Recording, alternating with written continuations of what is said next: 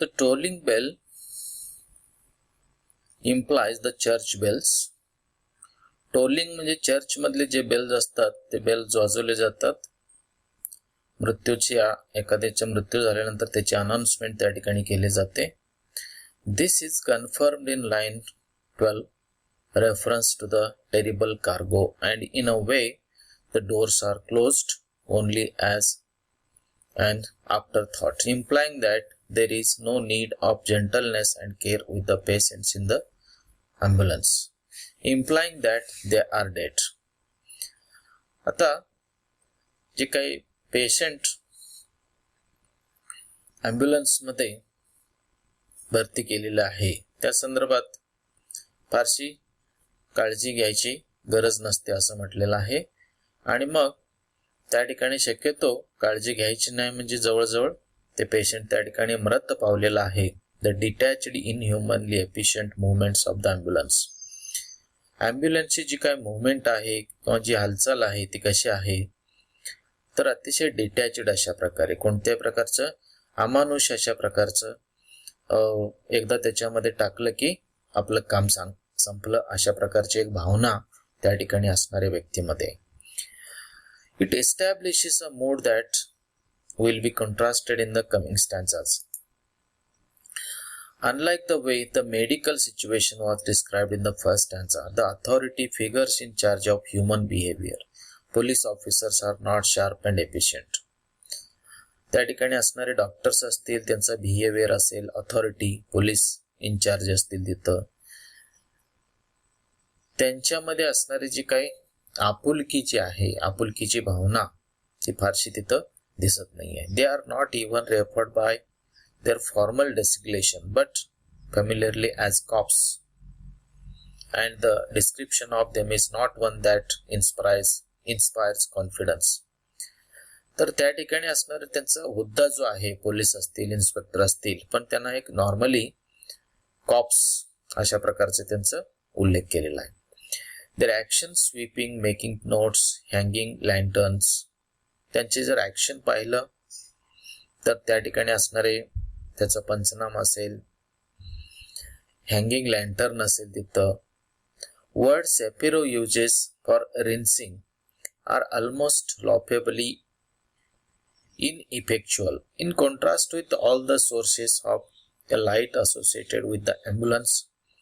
Lanterns the policeman raises seem a particularly flimsy source of light. त्या ठिकाणी असणारं lantern लावलेलं असेल किंवा लाईट्स असतील त्या ॲम्ब्युलन्सचे वगैरे, तर ते अतिशय सगळ्या गोष्टी जे असतात त्या ठिकाणी हे अतिशय फिल्मी अशा प्रकारे, अतिशय नाटकी अशा प्रकारचे वाटतात. In the next stanza the poet makes use of imagery that compares the witness of the accident with the injured victims, tourniquets, splints, sickly, and the line number 27 adds to the sense of confusion at the auto wreck. त्या ठिकाणी असणारं confusion, गोंधळ देखील निर्माण झालेला आहे.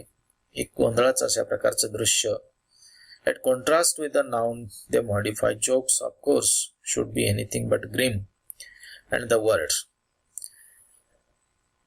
Then in the line 30, he again makes use of the technique of placing a contrasting adjective and noun together. The implication of richest, it's a positive word, and there is also the use of the word horror, which is negative. This adds to the general sense of confusion. In line number 31-32, the poem's central philosophical problem is posed by the difference in two questions asked. Who shall die is a matter of fact, having to do the mechanical working of organs, but who is innocent? कोण मरणार आहे, कोण निष्पाप आहे, या अशा प्रकारचे प्रश्न त्या ठिकाणी उपस्थित केले जातात. As the final stanza of the poem will show, the point of auto wreck is to examine how reason can accept the physical world's inconsistencies. त्याच्यानंतर पुढच्या भागामध्ये कवी काही अतिशय फिजिकल लॉस जो झालेला आहे त्या ठिकाणी त्या ॲक्सिडेंटमध्ये त्या संदर्भात काही कॉमेंट्स केलेले आहेत. But the violence of an auto wreck creates a gap in logic, break in the sequence of one cause following another, such an occurrence unrelated to the natural order. जी काय घटना घडलेली आहे त्याच्यामध्ये कुठेही नैसर्गिकता आपल्याला इथं दिसून येत नाहीये. त्याच्यानंतर एंड जो आहे तो थोडासा हे सगळं नाटक ऑटोरेक किंवा ऍक्सिडेंट किंवा अपघात जो आहे हे सगळं नाटकाप्रमाणे त्या ठिकाणी वठवलं जातंय आणि शेवटी कन्क्लुजन जे आहे त्याला आपण डिनोमेंट म्हणतो. नाटकाचा शेवट हा denouement. Place where a writer is suppose to explain and tie up all the loose ends. आतापर्यंत जे काय डिस्कशन केलेलं आहे त्याचा त्या ठिकाणी कन्क्लुजन किंवा एक निर्णयाप्रत पोहोचण्याचा प्रयत्न हा कवीचा आहे. There is no such neat orderly conclusion in the violent accident. या अतिशय भयानक अशा प्रकारच्या अपघातामध्ये कोणत्या प्रकारचं कन्क्लुजन जे आहे योग्य अशा प्रकारचं निघत नाही. Good people are punished, evil may escape unharmed. काय कन्क्लुजन असेल in the accident? Good people are punished. चांगली लोक जे आहेत त्यांना शिक्षा मिळते, मृत पावतात आणि जे वाईट आहेत ज्यांच्या चुकीमुळे हा अपघात झालेला आहे ते लोक मात्र अतिशय अलगदपणे त्या ठिकाणी त्यांची सुटका होते. Preparation counts for nothing. आणि सगळी जी तयारी त्या ठिकाणी केली जाते ऍक्सिडेंट नंतर त्याच्यामधून काहीही निष्पन्न होत नाही. The poem brings back an image of car accident to help convey ideas using the stones to represent all facts of nature. So in this way, this is only to express the idea of the poet. So this poem is structured to make the most of the contrast between order and chaos. Order and chaos म्हणजे एक क्रम असेल आणि गोंधळाची स्थिती असेल. या दोन्ही मध्ये या ठिकाणी विरोधाभास दिसतो आपल्याला.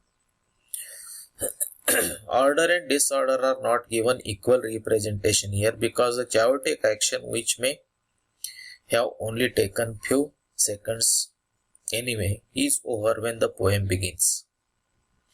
So the bells, the flares, the ambulance and the illuminated clock all give the feeling that someone is in control of the situation. And large and composed police officers shed light on the scene and wash away the blood.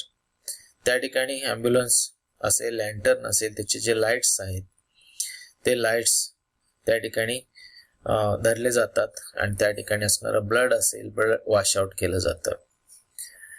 R the evidence of something have gone wrong. The one thing that can not be fixed by early careful crisis control is death.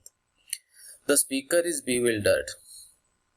हे सगळं दृश्य पाहून कवी गोंधळात पडलेला आहे, दुःख हे झालेलं आहे. Everyone is taking to restore order.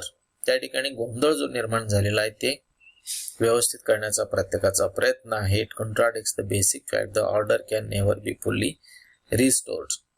आणि अशा पद्धतीनं पूर्वस्थितीला आणण्याचा जो प्रयत्न आहे ती घटना ती त्या ठिकाणी येत नाही आहे आणि या सगळ्या गोष्टी ह्या मृत्यूच्या पलीकडे जाऊन त्या ठिकाणी थांबतात. अशा प्रकारची अवस्था या कवितेमध्ये कवींनी व्यक्त केलेला आहे. So it is a poem about the accident and what the things happen after an accident, the approach of the ambulance, how the police arrive, what are the processes done and how the